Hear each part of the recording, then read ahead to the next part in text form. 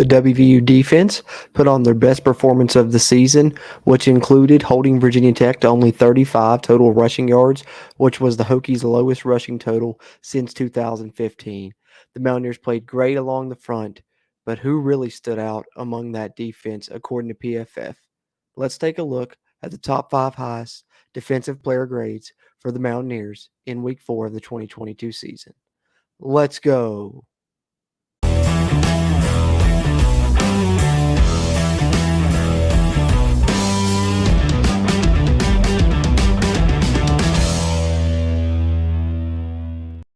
What's going on, Mountaineer Nation? Jordan Cruz back here with the Country Roads Webcast. And before I get into this video, I just want to give you guys a quick reminder, if you would, do us a favor, hit that like button, give us that thumbs up right there. That'll help this video's performance and help our future videos performances as well. And if you haven't already, go ahead, hit that subscribe button. Helps us, helps you, helps get more of this Mountaineer football content out to Mountaineer Nation. And as always, link to our merch store in the video description down below. Get you a Country Roads Webcast hat, shirt, mouse pad, sticker, print, anything you like, you can get it there with the CRW logo. And that's one of the best ways to support us as we continue to try and grow the Country Roads Webcast community throughout Mountaineer Nation. That being said, let's get into it. All right, so the West Virginia Mountaineers really answered the call on defense with a good performance, their best of the season thus far to this point, especially up front with how they dominated the game. I know I mentioned in the offensive player grades video, which if you haven't checked that out yet, go back and check that one out for sure. But I definitely mentioned in that video that West Virginia really dominated this game in the trenches on both sides of the football. That showed in West Virginia's grades offensively. And I think you'll see the same here on defense as well as we go through these.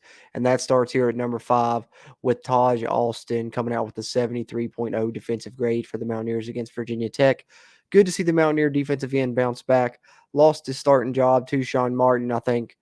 Part of that because of a very costly personal foul penalty that cost the Mountaineers in overtime against Kansas when they had them stopped on third down and could have held them to a field goal.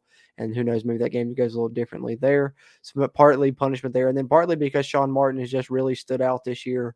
We've seen him in these defensive grade videos since the beginning of the season, and he's really stood out, playing in a reserve role to start the season until now in his expanded role, which has seen him become the starter, but still splitting time with Taijh Alston. And when we saw Taijh Alston get in, he really had a strong bounce back performance in this game, coming up with the sack of the quarterback, Grant Wells, of Virginia Tech as well. And that puts him 5th on the Mountaineers' highest graded defensive players this week with the 73 grade. Then 4th, another Mountaineer defensive lineman, of course, West Virginia native Dante Stills coming out with a 73.3 grade this week against Virginia Tech. Like I said, people have been talking about him not really, popping out on the stat sheet in some recent weeks, but here he's been popping up on these defensive grade videos, almost every game for the Mountaineers. And in those games, I've said, just because he's not popping out on the stat sheet, I promise he's doing his job. He's not missing his, run fits. He's not missing any assignments. He's also drawing a lot of attention, which is allowing some of these other players that are making plays, the Taijh Alstons, the Sean Martins, etc. Dante Stills is still having a great season and going to break the tackle for a loss record for the Mountaineers in a career at some point this season. So be ready for that when that happens. That's going to be exciting. But he puts on another strong performance for the Mountaineers in Week 4, coming out as the 4th highest graded defensive player with a 73.3 defensive grade. And then another West Virginia native, mentioned him briefly, and another defensive lineman for the Mountaineers, as I said, who dominated this game in the trenches on both sides. And number 3 for the Mountaineers, Sean Martin, defensive end with a 73.8 defensive grade. As I stated earlier, earned himself a starting job this season. Excellent size and is really starting to come into his own. Took him a couple years to develop, but now he's looking like he can truly be a force for the Mountaineers, not only for the remainder of this season, but moving forward in his Mountaineer career as well.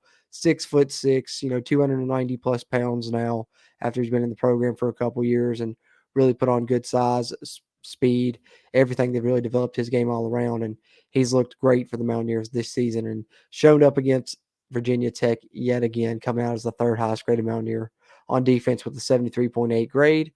And then at number 2, we step away from the defensive line for a second to go to the man of the hour when it comes to the Virginia Tech game, the star of the game on defense, if you will, that a lot of people were talking about coming out of it. And as well they should be, and that's cornerback Jacolby Spells with a 79.2 defensive grade, coming out as the second highest graded Mountaineer on defense against the Hokies. A lot of that due to the fact that he gets the interception, runs it back for a touchdown for the pick six that sealed the game. That was the final score of the game to produce the final score of 33-10 that we ended up with there early in the fourth quarter. I think with about 9 minutes to go is when that happened. But Spells is a guy that a lot of people have been clamoring to see, especially since the Charles Woods injury and the Mountaineer secondary struggling in the way that it has to begin the season. And finally, in this week, we get to see him in a bit of an expanded role coming in for Wesley McCormick after McCormick gave up a touchdown in the second quarter. We saw Spells get in there a lot, and then in the second half, splitting time there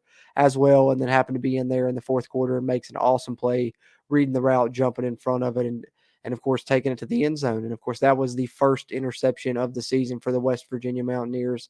And the fact that he took it back for a touchdown was even more impressive, and he showcased his speed there and why West Virginia really likes him and thinks that he can be a player for the future. And I think hopefully he can be a player this season. I'd love to see him end up as one of the starting corners for the Mountaineers. I think him on one side and Charles Woods on the other, if Charles Woods can make it back, would be heck of a tandem.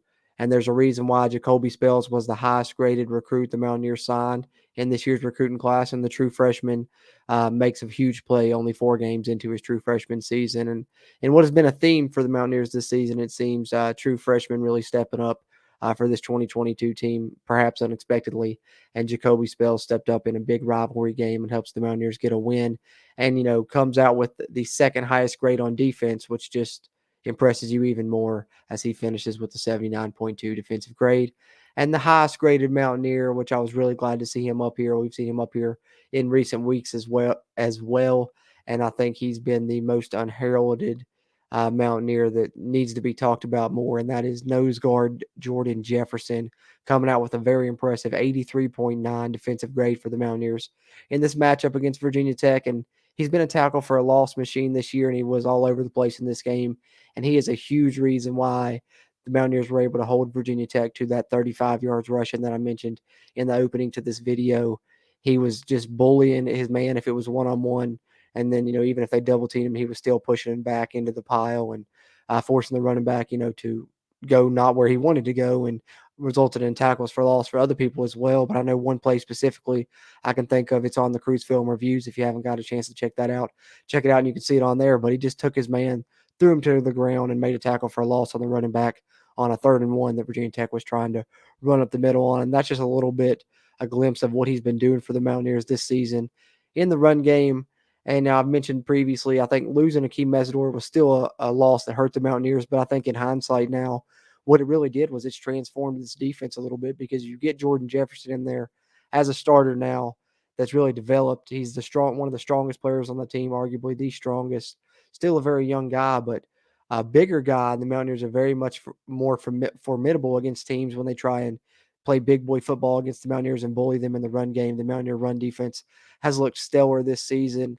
And I think Jordan Jefferson can be a big reason why. So getting to see him step into the starting role and be the force that he has for the Mountaineers, I think, was the unforeseen silver lining of Akeem Mesidor leaving at the time when he chose to transfer. And no player has benefited more from that transfer than Jordan Jefferson for the Mountaineers this season. And that really stuck out in this game against Virginia Tech, as you see him come out as the highest graded Mountaineer on defense with the 83.9 defensive grade. And you love to see that here as the close out the defensive player grades video for week 4 for the Mountaineers.